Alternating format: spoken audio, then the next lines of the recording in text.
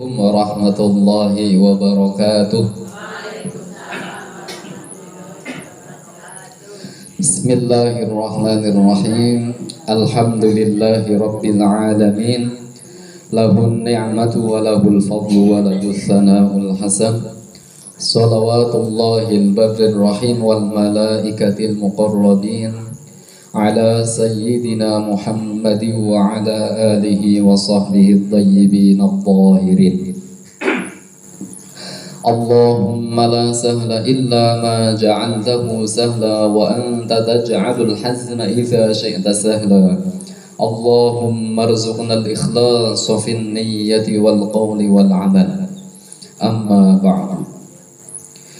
Ingkang kula mulyakaken para alim ulama, para masyayikh, para asatidz wal asatizah, jamaah rutinan malam Rabu yang dirahmati oleh Allah Subhanahu wa taala.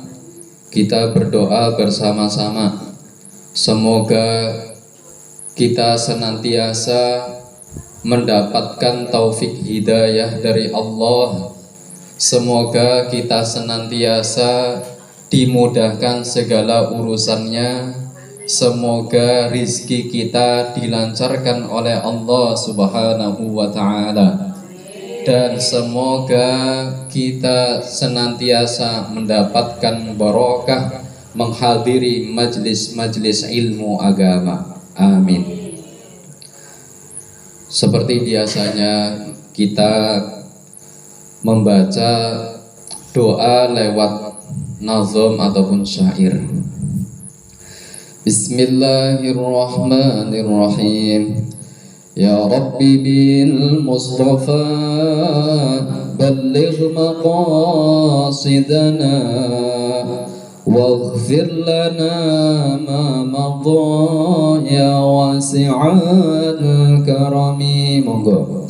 Ya Rabbi bil Mustafa balligh maqasidana waghfir lana ma madha ya wasi'al karami.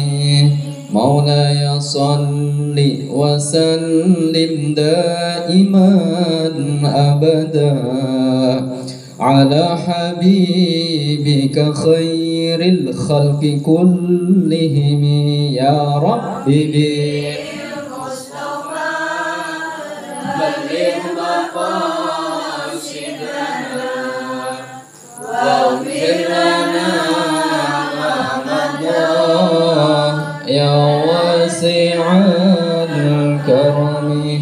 Huwal habibul ladzi turja syafa'atuhu likulli hawli minal ahwali muqtahami. Ya Rabbi bil Mustafa balligh maqasidana waghfir lana ma madha ya wasi'al karami.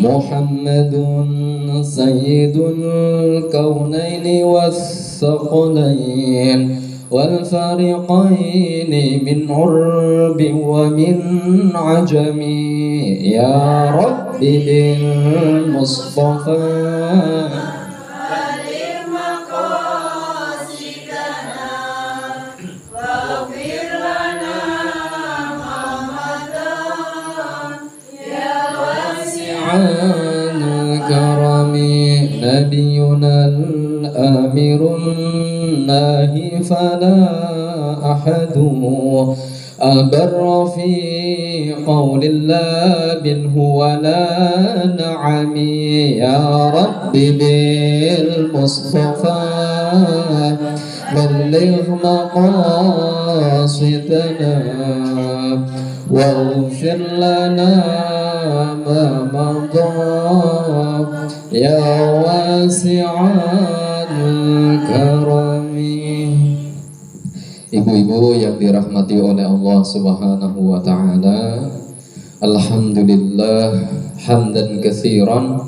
Kita semuanya masih diberi oleh Allah Ta'ala nikmat sehat, sehingga pada malam hari ini, rutinan malam hari Rabu, kita masih bisa menghadiri majelis ilmu dengan tujuan supaya menghilangkan kebodohan, dengan tujuan melakukan ketaatan kepada Allah Subhanahu wa Ta'ala.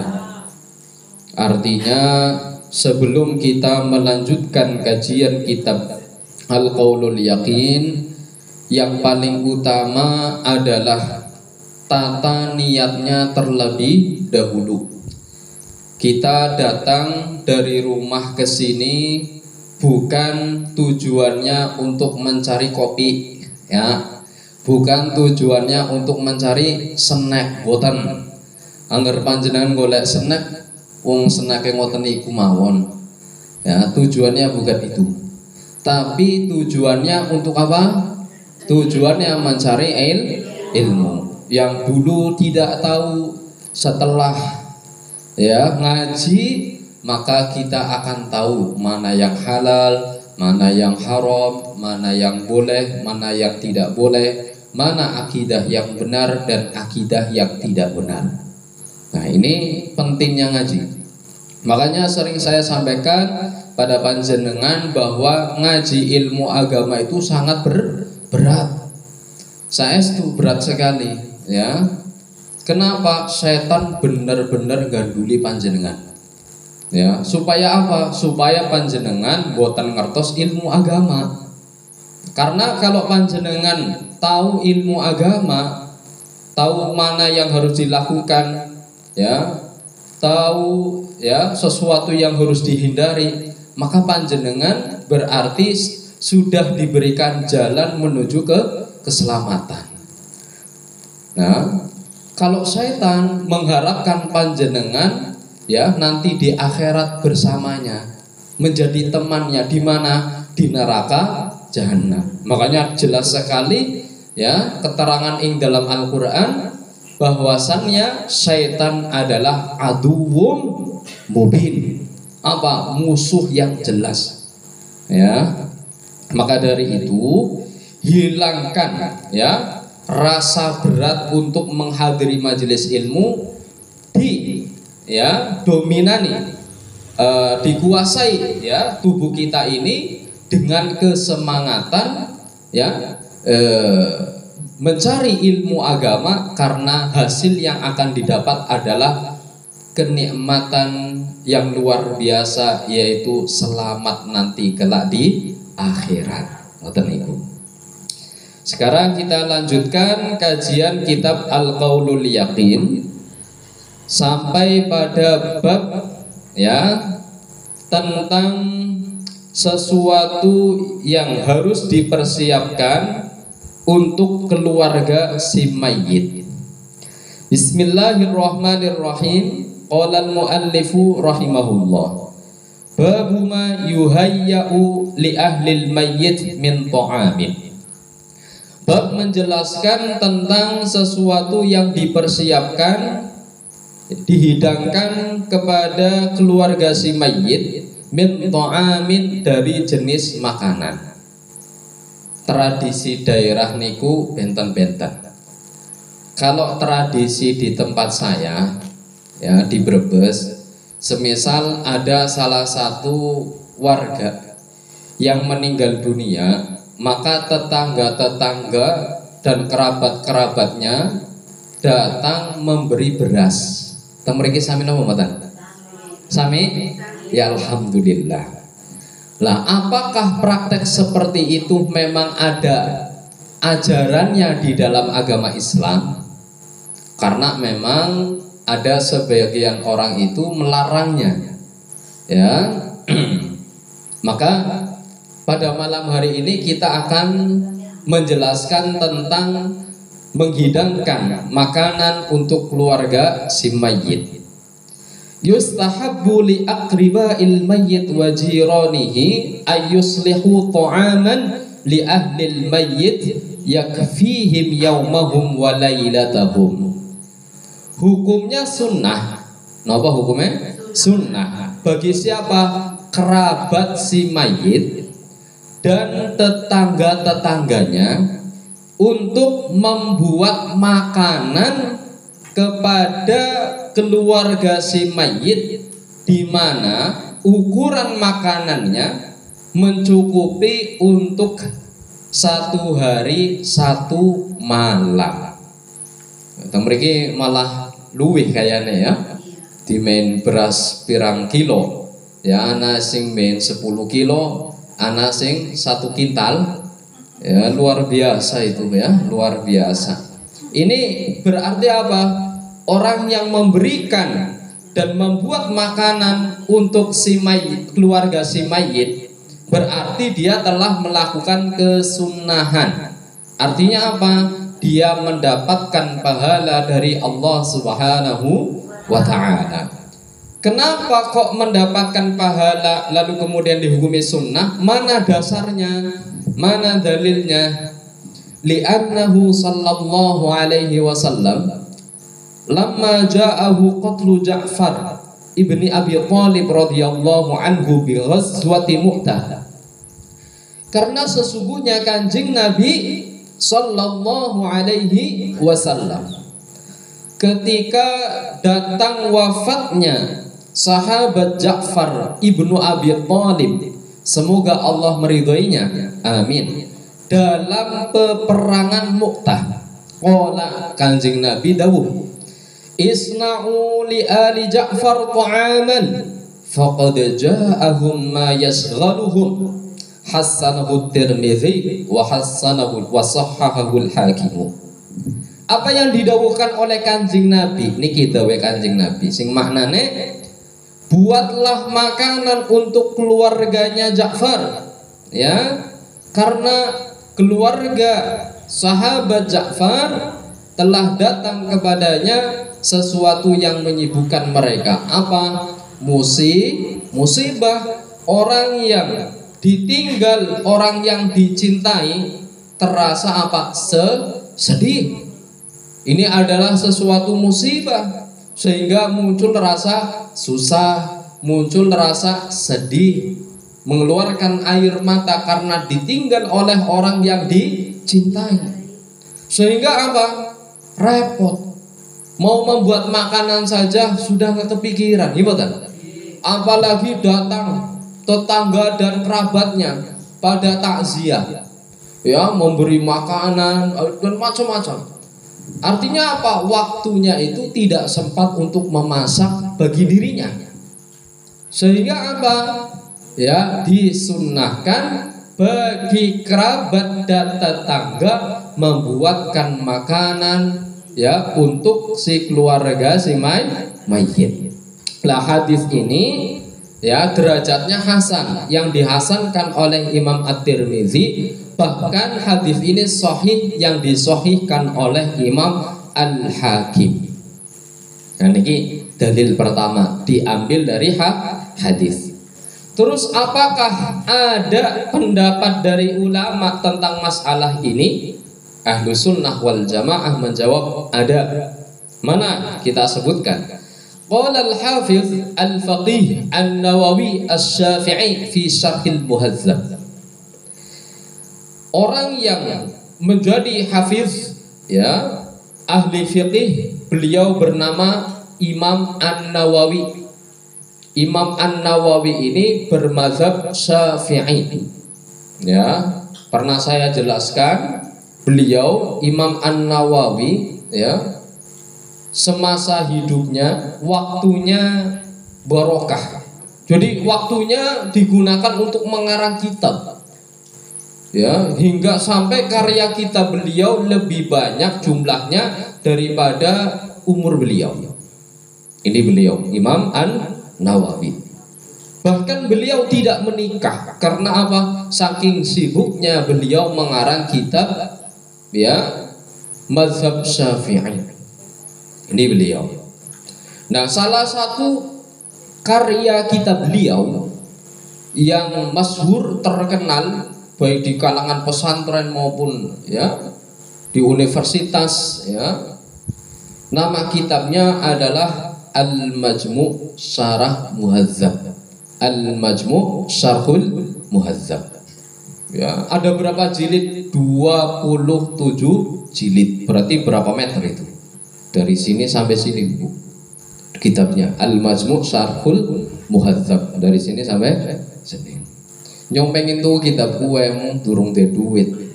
Bokatan anak sing manokak kena kayak aku. Iya. Nah, jadi kitab ini luar biasa, ya. Artinya menjadi rujukan oleh para ulama-ulama yang setelah ya beliau, setelah Imam An-Nawawi, menjadi rujukan kitab Asy-Syarhul Muhadzab. Tidak diragukan lagi isinya. Ya. Apa yang disampaikan oleh beliau Al-Imam An-Nawawi dalam kitabnya Al-Majmu' Syarhul Muhadzab niki dijelaskan wattafaqat nususus Syafi'i fil wal mukhtasar wal ashab. Nas-nas atau keterangan-keterangan Al-Imam Asy-Syafi'i dalam kitab Al-Mukhtasar dan para pembesar-pembesar mazhab Syafi'i telah bersepakat. Nopo? Telah bersepakat. Nopo yang disepakati? Ala annahu yustahabbu li aqriba'il mayyiti wa jiranihi ay ya'malu ta'aman li ahlil mayyit. Yang disepakati adalah tentang hukum sunnah bagi siapa? Bagi kerabatnya si mayit dan tetangga-tetangganya supaya membuatkan makanan untuk keluarga si mayit. Wa yakunu bihaitsu yusbi'uhum fi yaumihim wa lailatihim, di mana takaran makanan tersebut bisa mengenyangkan mereka satu hari satu malam. Nah niki panjenengan pun ngertos ilmune. Oh ternyata kiai-kiai dulu ya, nenek moyang kita dulu, para kiai yang telah mendahului kita terus kemudian meninggalkan adat, meninggalkan tradisi. Nopo tradisine? Memberi makanan kepada keluarga si mayit. Panjenengan kan boten ngertos dalile nggih mboten. Pokoknya yang dulu ya seperti itu kita ikuti, namun tidak tahu dalilnya. Ya, lah niki saniki ya panjenengan pun ngertos dalile. Jadi memang niki hadis saking Kanjeng Nabi. Yang kedua memang para ulama juga memberi keterangan bahwasannya disunahkan bagi kerabat si mayit, tetangganya untuk membuat makanan kepada keluarga si mayit. Ya, makanannya, takarannya ya bisa mengenyangkan satu hari satu malam. Intaha, selesai apa yang disampaikan oleh Imam An-Nawawi. Diterusakan summa qala.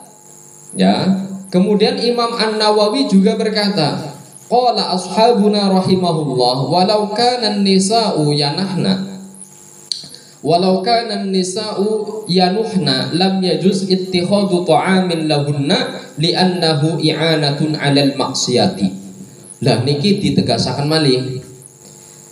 Para pembesar-pembesar Syafi'i, istilahnya ashabus Syafi'i, mereka berpendapat apabila ada keluarga si mayit, yaitu seorang wanita yang ketika ditinggal oleh keluarganya dia menangis merata-rata dengan sengaja, ya, yang menunjukkan apa? Menghilangkan sifat sabarnya, artinya berlebihan. Ini berarti sudah sampai tahap haram.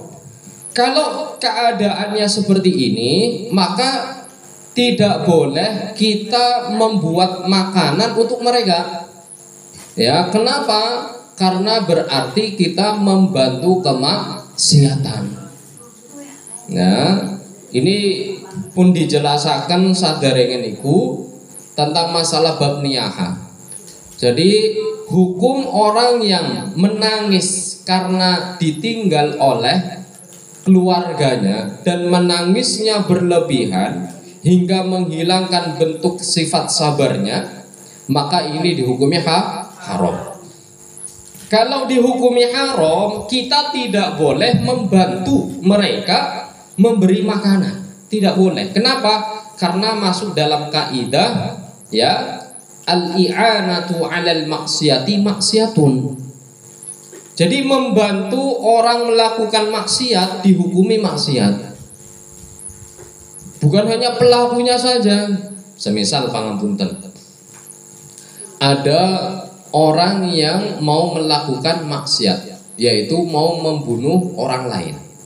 Panjenengan ngertos, ini orang mau membunuh tetangganya semisal. Lalu orang yang mau membunuh ini ya meminjam senjata tajam kepada panjenengan, ya semisal pisau atau parang dan sebagainya. Panjenengan ngertos niki kalau saya kasihkan nanti buat membunuh ini tetangganya, maka panjenengan tidak boleh dan haram meminjamkan senjata tajam kepada orang yang ada niat untuk membunuh orang lain. Kenapa? Karena ini membantu kemaksiatan, hukumnya tidak boleh, haram. Ya, contoh yang lain apa? Ya, pangapunten, semisal ya ada orang mau judi, ya, terus kemudian panjenengan disuruh untuk membeli nomor. Wah, kan yang melakukan adalah yang memerintah saya mah hanya membantu apa? Membelikan saja. Ya berarti kan yang berdosa pelakunya, tidak. Ya, yang membelikan juga berdosa, ya gitu. Ya, kenapa? Karena masuk dalam kaidah al-i'anatu 'alal maksiati maksiatun. Membantu orang melakukan maksiat juga dihukumi maksiat. Nah, niki.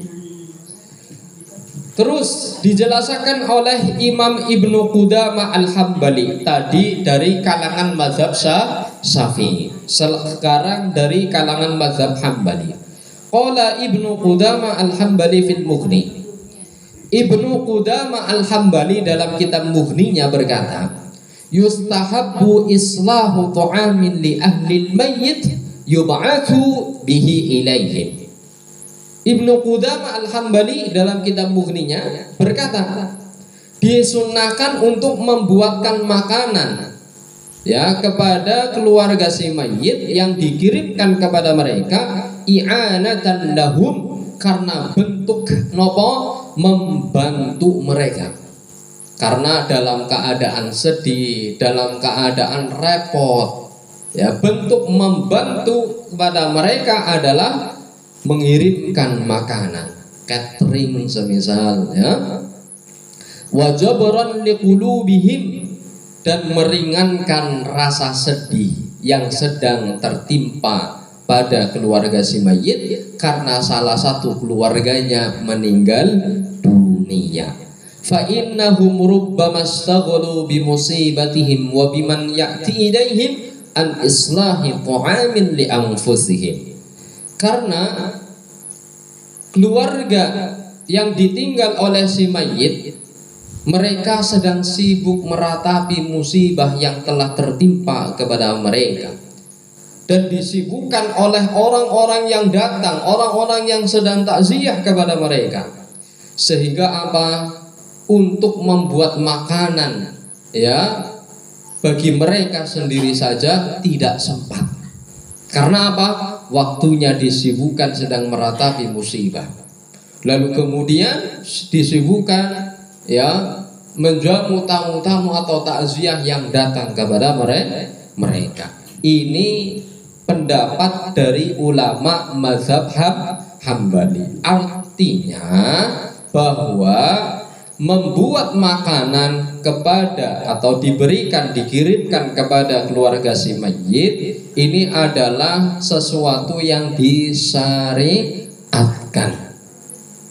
Ya, kalau ada orang semisal mengatakan itu sesat, itu adalah tradisi sesat, Kalau dia mengatakan seperti itu, maknanya berarti telah menyesatkan Kanjeng Nabi yang memerintahkan untuk membuat makanan, ya, yang diberikan kepada si keluarga si mayit siapa? Kanjeng Nabi. Berarti kalau ada orang mengatakan itu sesat, berarti telah menyesatkan Kanjeng Nabi. Katanya ikut Kanjeng Nabi, tapi kok menyalahkan apa yang didhawuhkan oleh Kanjeng Nabi. Maka hati-hati dengan orang yang seperti ini, ya, yang sering mengatakan mana dalilnya.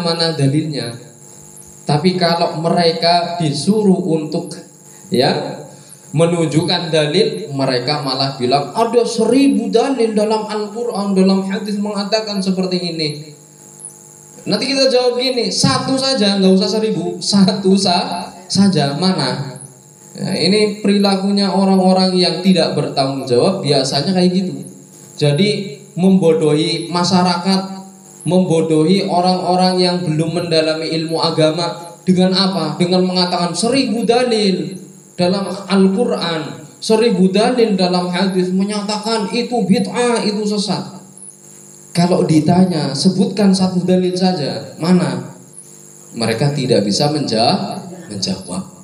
Ya, ini kan namanya orang yang niatnya untuk memanipulasi, membodohi, ya, terhadap orang-orang yang belum mendalami ilmu agama. Maka alhamdulillah saya dan panjenengan itu ditemukan oleh seorang guru yang benar-benar murabbi, seorang guru yang benar-benar mendidik ilmu agama, seorang guru yang memiliki sanad mata rantai keilmuannya sampai Kanjeng Nabi. Maka kita harus benar-benar bersyukur kepada Allah Subhanahu wa ta'ala. Di luar sana banyak orang yang ingin mendalami ilmu agama, ternyata ketemunya sama Wahabi. Di luar sana banyak yang ingin mendalami ilmu agama, ketemunya malah Hizbul Ikhwan. Di luar sana pengen mendalami ilmu agama, malah ketemunya HTI. Kan kasihan, gimana? Pengen ngerti ilmu agama karena pengen selamat, malah ditemukan sama orang yang mengarahkan jalan yang justru menyesatkan, bukan keselamatan. Repot ngomongin. Lah panjenengan ditunjukkan oleh Allah Subhanahu wa ta'ala, ditakdirkan oleh Allah ta'ala ketemu dengan seorang guru, bertemu dengan para masyayikh yang tulus, yang ikhlas menyampaikan ilmu agama, ilmu ahlu sunnah wal jamaah, di mana ilmu ini adalah penyelamat kita nanti kelak di akhirat. Senang apa mboten? Senang, sing tegas. Senang apa mboten? Alhamdulillah. Karena senang, panjenengan kudu pripun? Kudu rajin lan nambah semangat mangke setiap malam Rabu.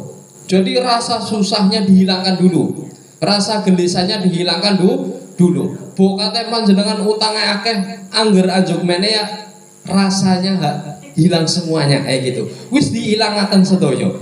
Wis pokoknya kenyong lagi seneng-seneng pengen ngaji, utang dihilang, nah pikiran nang jaba hilang. Nah panjenengan jasate teng mriki, ruhe nggih teng mriki, ya pikirannya nggih harus teng mriki. Jasate teng mriki, ruhe teng mriki, malah pikirannya utang bae. Duh nyong utang akeh bae kok ya. Ngaji kayak ki apa bisa terus lunasi utang? Ya aja kayak kowe pikirannya aja.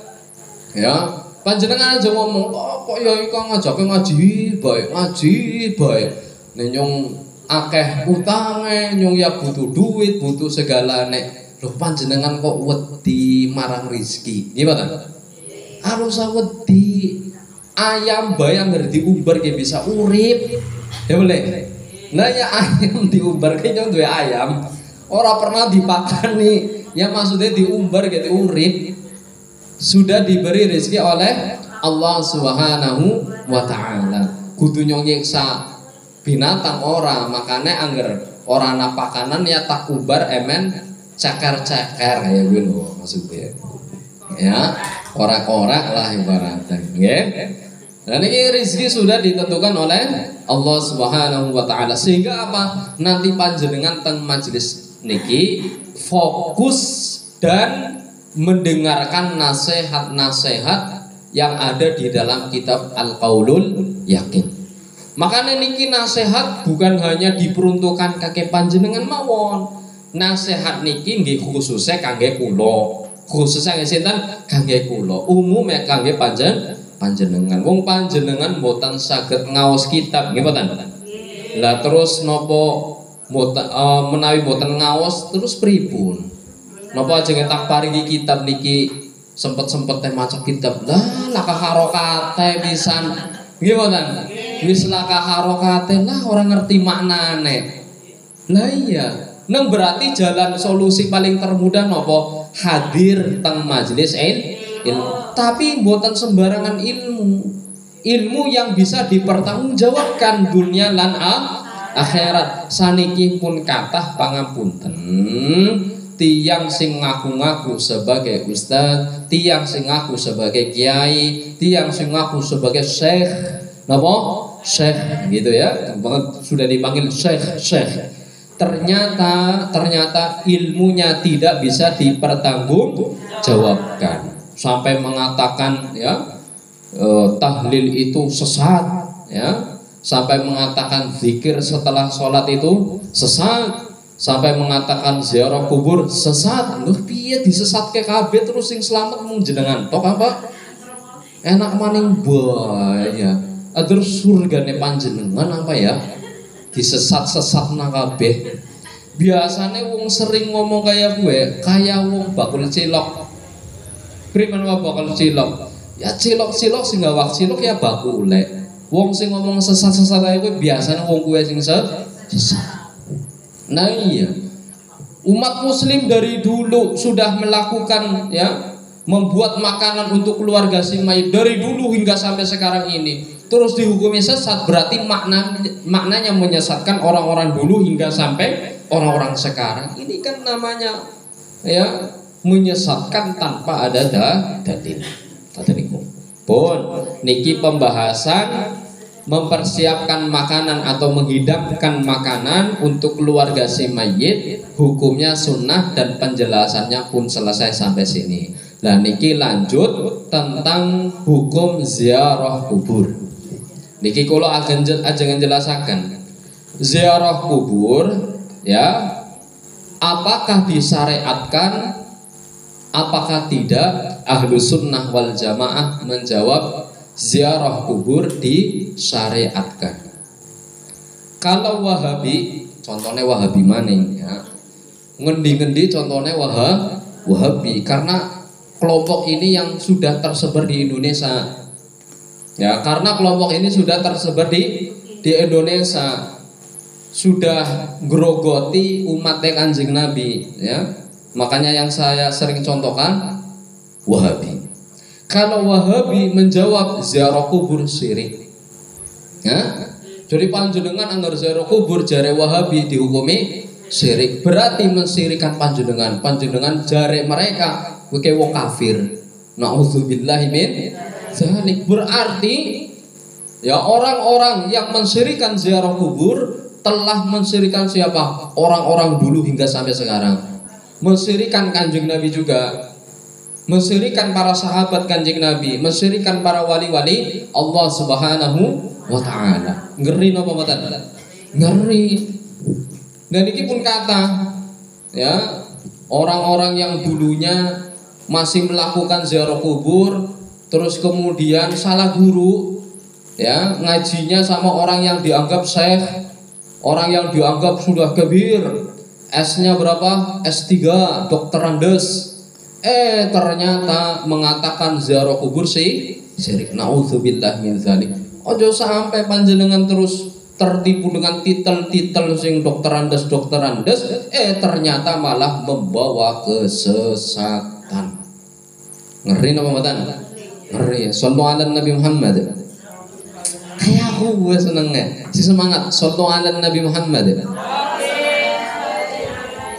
Nah, maka Ahlu sunnah wal jamaah niku menjawab bahwasannya ziarah kubur niku disyariatkan.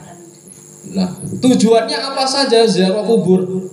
Nih, yang pertama Faidah dari ziarah kubur yang pertama mengingatkan kematian. Kalau kita ziarah kubur, maka kita akan ingat, oh iya, saya juga akan sama seperti orang-orang yang ada di sini. Ya, saya juga akan meninggal dunia sebagaimana orang-orang sini yang telah dikubur. Akhirnya apa? Kalau ingat kematian, panjenengan langsung muhasabah, berintrospeksi. Aduh, nyong orang ngerti matine kapan, ya. Malaikat ya orang ngabari nyong, orang ngomong, ya Mbah Par, ya gue. Contohnya Mbah Par misalnya, pangapunten gue. Contoh tok, ya Mbah Par, panjenengan ke muka ninggale tahun kia. Ada malaikat ngabari ngoten niku, mboten kan? Ya angger ngabari panjenengan enak santai wae wis urusan lakoni ibadah mau bayang ngerpan mati nyong temenanan lakoni ibadah ya. Mboten. Makanya dalam hal ini tentang kematian misteri. Tidak ada satupun yang tahu kecuali hanyalah Allah Subhanahu wa taala. Kalau kita ingat kematian, apa? Ya, asarnya lah beten apa? Akhirnya kita semangat mencari bekal untuk di akhirat. Niki tujuan pertama. Maka kalau ziarah kubur dengan tujuan mengingat kematian, boleh kita ziarah kubur ke makamnya orang-orang muslim. Begitu juga kita boleh ziarah kubur ke makamnya non muslim. Boleh ziarah kubur ke makamnya non muslim dengan tujuan apa? Mengingat kematian, bukan untuk mendoakan orang non muslim, bukan, tapi untuk mengingat kematian. Hanya mengunjungi. Ziarah niku maknanya mengunjungi, panjenengan mengunjungi mau ningali makamnya non muslim. Iya wong kowe pada mati kabeh nyong bakal kaya kowe. Bukan datang ke makamnya non muslim terus mendoakan, bukan, nggak boleh, haram ya. Hukumnya haram mendoakan non muslim ya supaya diampuni dosanya, hukumnya haram, bahkan sampai kufur, nggak boleh ya. Kalau mendoakan non muslim yang masih hidup supaya mendapatkan hidayah, jawabannya boleh. Jadi kalau ada non muslim didoakan supaya apa? Mendapatkan hidayah boleh. Tapi kalau didoakan supaya ya diampuni dosanya, ya ini maknanya panjenengan ngelawan marang Al-Quran, ya nggak boleh. Kemudian yang kedua, tujuan atau faidah dari ziarah kubur apa? Ya, meminta doa kepada orang-orang soleh yang telah meninggal dunia. Ahlus sunnah wal jamaah menjawab boleh.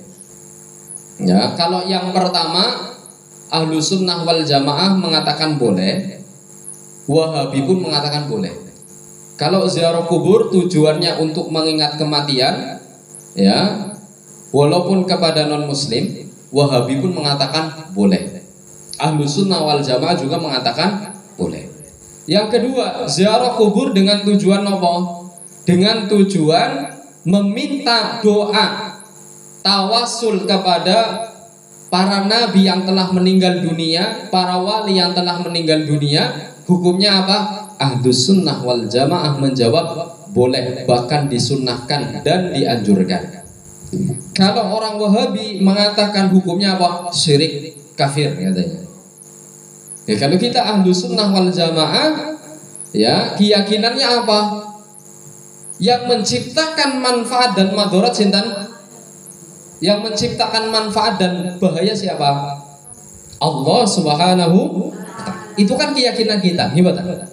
Adapun saat kita ziarah ke makamnya para wali, meminta doa, tawasul kepada seorang wali karena kita ahlul maksiyah, karena kita banyak kemaksiatannya. Doa yang mustajab, doanya orang yang bersih, orang yang suci. Para nabi ya sudah tidak diragukan lagi, para wali. Ya, makanya apa? Meminta ya kepada orang lain, meminta kepada seorang wali, baik ketika mereka masih hidup atau setelah meninggal dunia, hukumnya boleh. Contoh, panjenengan sowan marang wali, nyuwun doane. Hukumnya napa? Boleh apa tidak? Boleh. Masa hidup boleh. Begitu juga sudah meninggal dunia juga boleh. Siapa mengatakan tidak boleh? Siapa? Enggak ada itu. Gimana?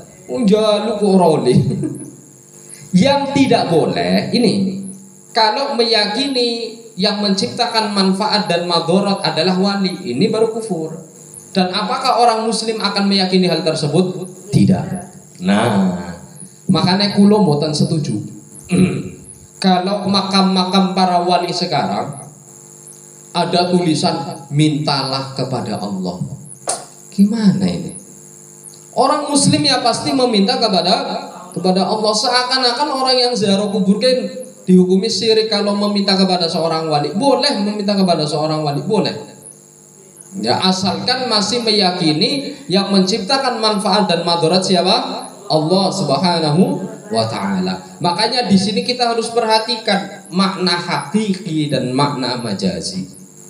Kalau kita meminta kepada seorang wali ini majaz. Hakikatnya apa? Kita meyakini yang menciptakan manfaat dan madarat adalah Allah Subhanahu wa taala. Ngoten niku. Ya. Makanya orang yang ziarah kubur ke makamnya para wali dan para nabi dengan tujuan meminta doa kepada mereka, bertawasul kepada mereka, ini tidak disebut beribadah kepada selain Allah, tapi melakukan apa? Tawassul. Di dalam Al-Quran Allah Subhanahu wa ta'ala berfirman, wabtaghu ilaihil wasilah. Allah lah yang memerintahkan kepada kita semuanya untuk mencari wasilah. Wasilah apa? Hal-hal yang mendekatkan kepada Allah Subhanahu wa taala. Di antaranya apa? Ziarah kubur. Makanya apa?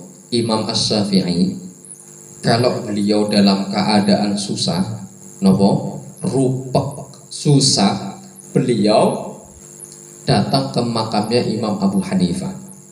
Ya, datang ke makamnya Imam Abu Hanifah. Ini Imam Asy-Syafi'i.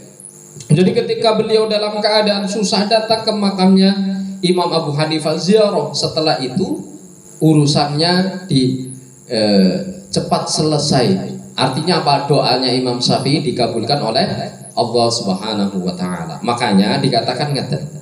Di antara tempat-tempat mustajab doanya nopo? Kuburannya orang-orang saleh. Ngoten niku. Ibu-ibu yang dirahmati oleh Allah Subhanahu wa taala. Niki faidah ziarah kubur yang kedua. Yang ketiga, faidah ziarah kubur adalah apa? Mendoakan orang yang meninggal dunia. Mengirimkan pahala kepada orang yang telah meninggal dunia. Ahlu sunnah wal jamaah menjawab sampai. Buktinya orang kembali maning ke dalil sing paling gampang. Ya. Kalau Wahabi mengatakan tidak sampai kayak gitu. Nah kita ahlu sunnah wal jamaah meyakini bahwasannya kalau kita melakukan amalan-amalan baik diniatkan untuk si mayit, maka pahalanya itu sampai kepada si mayit dengan catatan mayitnya muslim. Kalau non muslim tidak akan sampai. Ya, tidak akan sampai. Ya, artinya tidak dikabulkan oleh Allah Subhanahu wa taala. Lah niki ringkasan karena nanti pada pertemuan Rabu selanjutnya kita akan kumpas tuntas tentang masalah ziarah kubur yang ada di dalam kitab Al-Qaulul Yaqin fi ma yanfa' amwatunal muslimin dengan dalil-dalil hadis yang secara komplit. Insya Allah. Mugi-mugi ya panjenengan diparingi sehat wal afiat. Kula nggih nyuwun doane mugi-mugi diparingi sehat wal afiat terus saged khidmah kali panjenengan sedaya ngaos ilmu agama. Niki wonten pengumuman